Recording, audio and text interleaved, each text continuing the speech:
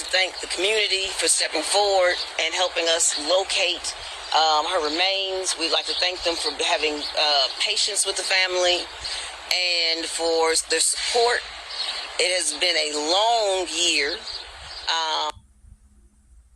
It has been a moment of grief that no parent should have to bear, and that this family has endured.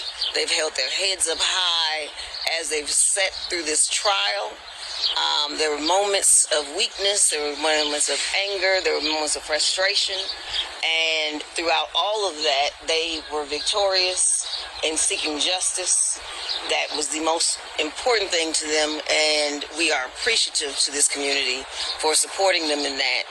And as we move forward, we will be seeking legislation to help prevent this type from happening in the future, to support women who are sex trafficked, who are kidnapped, who are put in positions where they are vulnerable, and where the system right now does not put forth enough effort to seek and find them before it gets to the point that they are missing.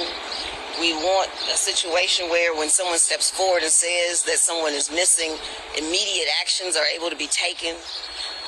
We want a better system for communicating and for women knowing how to communicate when they feel like someone's missing, and what the next step is for someone to do. That's something that should be taught to students, for them to be aware of how to react when they see a friend in trouble. I know that we would not have gotten to this point if it wasn't for the young women who saw the car on fire, stepping forward and saying something and calling attention to what they saw. It took a village for this to happen, and for this person to be caught for this crime, and for Maxwell Anderson to be convicted. It was many people who came forward and took those steps. Shame on you, Messy Michonne, for not covering this story. And you talk about you care about black women. Shame on you, Cynthia G. You talk about you love black women, and none of you covered this story. All of you, only black woman I've seen cover this story was D.O.D. Shout out to you, D.O.D., for covering this story, because you're the only sister that I've seen cover it.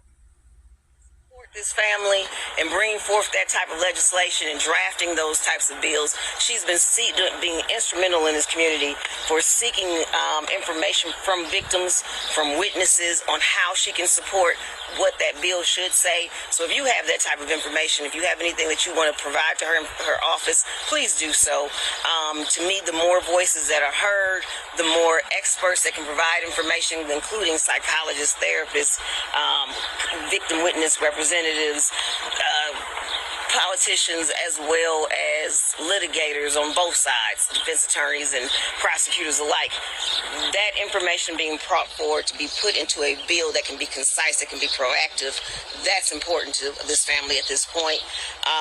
We are going to be moving forward with our civil litigation case now that this has been resolved, and it will move forward quite rapidly once the sentencing has occurred. I am to some degree grateful about the fact that it was put on pause, because now I'm hoping I can get a ruling that he cannot use the Fifth Amendment to prevent such things as depositions and such forth moving forward.